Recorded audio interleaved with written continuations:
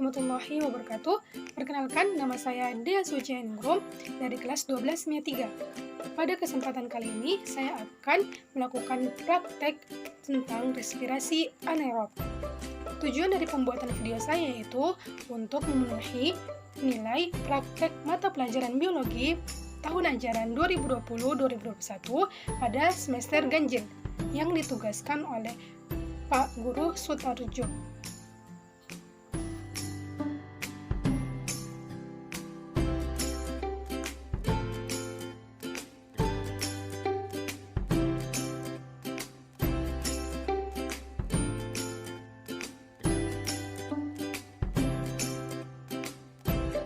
Aku akan melakukan sebuah eksperimen tentang respirasi anaerob. Di eksperimen kali ini, aku akan mencoba untuk mengembangkan sebuah balon dengan cara fermentasi. Fermentasi kali ini aku akan menggunakan Saccharomyces cerevisiae atau jamur uniseluler yang ada pada ragi. Sebelumnya, kita juga harus tahu dong respirasi anaerob itu apa sih sebenarnya? Nah, respirasi anaerob adalah respirasi yang tidak memerlukan oksigen pada prosesnya. Tempat terjadinya biasa di sitoplasma dan tujuannya itu untuk mengurai senyawa organik. Pada proses respirasi anaerob terdiri dari dua tahap. Yang pertama yaitu glikolisis dan yang kedua adalah fermentasi.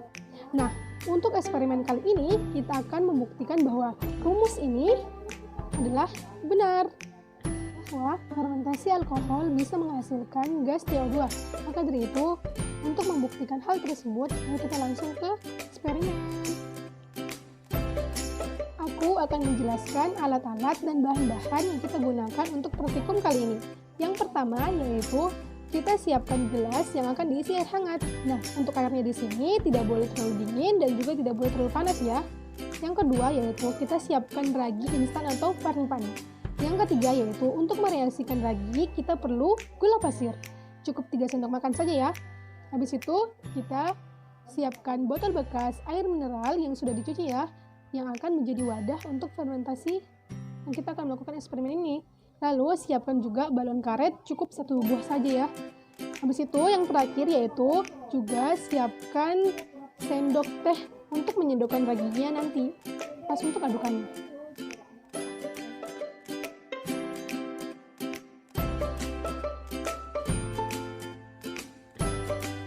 Pertama yaitu siapkan gelas dan air hangat. Yang kedua yaitu masukkan 2 sendok teh ragi instan atau parnipan ke dalam gelas tersebut.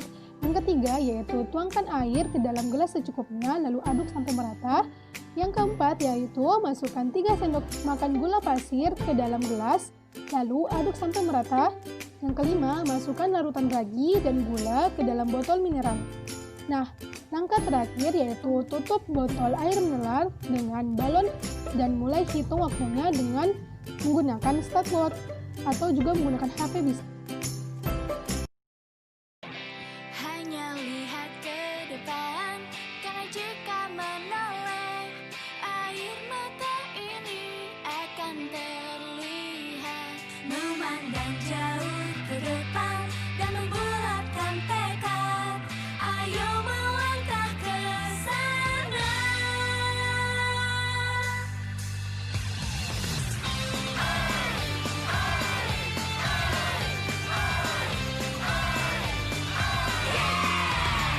Bertemu denganmu dan selalu bersama masa remaja kita yang penuh kenakalan. Kita tahu bahwa hal yang teramat penting untuk kehidupan ini berada di masa depan. Walaupun sekarang menyenangkan, tapi tak akan berlanjut selamanya. Jangan terus terbuai, hanya lihat ke depan untuk terakhir kalinya. Biarkan ku tampil dengan keren, walau aku masih takut pada tempat yang baru. Aku punya tabel yang harus kita isi. Setelah tadi aku melakukan percobaan, di sini ada tabel yang harus kita isi. Oke, untuk kolom karakteristik yang diamati ada 4 kolom yang artinya ada 4 aspek yang akan kita bandingkan hasilnya. yang sebelum percobaan dan sesudah percobaan. Nah, 4 aspek itu ada yang pertama yaitu gelembung dalam larutan, yang kedua yaitu keadaan balon, yang ketiga yaitu bau yang tercium, dan yang keempat atau yang terakhir yaitu suhu larutan. Gelembung dalam larutan. Sebelum percobaan tidak ada gelembung sama sekali, tapi sesudahnya menjadi sangat banyak. Keadaan balon. Sebelum percobaan juga balon kempes, tapi sesudahnya menjadi sangat besar dan menggelembung. Untuk yang ketiga yaitu untuk bau yang tercium awalnya hanya bau ragi yang ringan, tapi setelah melakukan percobaan menjadi bau seperti bau tape dan alkohol yang sangat menyengat. Yang keempat yaitu untuk suhunya sendiri, karena diberi air hangat awalnya suhu larutannya hangat, tapi setelah percobaan tidak banyak perubahan yang terjadi pada suhu larutan. Setelah kita mengisi tabel di sini, ada 8 pertanyaan yang harus kita isi. Dari percobaan tadi kita dapat pertanyaan yaitu yang pertama yaitu mengapa pada percobaan tersebut botol ditutup rapat menggunakan balon karet. Nah, jawabannya yaitu karena ini adalah praktikum respirasi anaerob, respirasi yang tidak membutuhkan oksigen, maka botol ditutup rapat untuk mengetahui kebenaran teori tersebut. Selain itu, agar larutan tidak terkontaminasi mikroorganisme asing dari luar botol. Pertanyaan yang kedua yaitu, apakah fungsi ragi pada percobaan tadi? Nah, jawabannya yaitu, ragi, fermen, berperan sebagai zat yang menyebabkan fermentasi. Ragi biasanya mengandung mikroorganisme yang melakukan fermentasi, media pembiakan bagi mikroorganisme tersebut. Agar fermentasi dapat berlangsung, diperlukan adanya mikroorganisme yang akan membantu memecah glukosa menjadi alkohol atau asam. Pertanyaan yang ketiga yaitu, apakah fungsi gula pada percobaan tadi? Nah, jawabannya yaitu, gula berperan sebagai zat yang dipecah oleh ragi saat proses fermentasi berlangsung. Saat fermentasi berlangsung, karbohidrat seperti pati atau gula berubah menjadi alkohol, asam, atau gas. Gula ini dipecah menjadi alkohol dan gas CO2.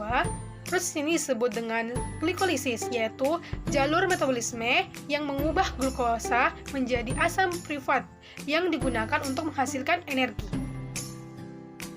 Yang keempat yaitu, mengapa kita harus menggunakan air hangat? Apakah bisa digunakan dengan air dingin atau air panas? Nah, jawabannya yaitu tidak bisa, karena ragi mempunyai suhu optimumnya yaitu pada suhu 30-35 derajat Celcius. Jika direaksikan dengan suhu di bawah itu, proses fermentasi akan menjalan lambat atau bahkan ragi tidak bisa melakukan proses fermentasi. Jika suhu air lebih dari itu, ragi akan langsung mati begitu terkena air, sehingga tidak akan mungkin bereaksi dan melakukan proses fermentasi. Yang kelima yaitu, mengapa gelembung pada larutan bertambah banyak? Jawabannya yaitu, karena ragi melakukan proses fermentasi atau memecah gula untuk mendapatkan energi. Dalam proses fermentasi, ragi akan memecah gula menjadi 2 bentuk, yaitu yang pertama alkohol dan yang kedua yaitu karbon dioksida. Karbon dioksida ini akan membentuk gelembung-gelembung di permukaan makanan atau minuman yang difermentasikan. Yang keenam yaitu perubahan pada balon menunjukkan bahwa proses fermentasi yang terjadi menghasilkan apa? Yaitu pada proses fermentasi ini ia menghasilkan CO2 yaitu karbon dioksida. Pertanyaan yang ketujuh yaitu, bau yang tercium dari larutan menunjukkan bahwa proses yang terjadi dalam botol menghasilkan apa? Nah, dalam proses ini ia menghasilkan alkohol yaitu C2H5OH. Pada makanan yaitu tape, dan yang pada minuman yaitu fermentasi anggur yaitu alkohol biasa kita sebut juga dengan wine. Ada pertanyaan yang terakhir atau pertanyaan yang ke-8 yaitu, proses apakah yang terjadi pada larutan di dalam botol? Nah, proses yang terjadi yaitu proses respirasi anaerob, tahap fermentasi alkohol. Pada prosesnya, respirasi anaerob terdiri atas 2 tahap yaitu glikolisis dan fermentasi. Pada proses fermentasi, Proses yang terjadi adalah produksi energi dalam sel dalam keadaan anaerobik. Tidak ada oksigen, makanya tidak ada oksigen di dalamnya. Respirasi anaerob dicontohkan melalui fermentasi alkohol dan fermentasi asam laktat. Fermentasi alkohol adalah proses biologi di mana gula seperti glukosa, fruktosa, dan sukrosa diubah menjadi energi seluler yang menghasilkan etanol dan karbon dioksida sebagai produk sampingan.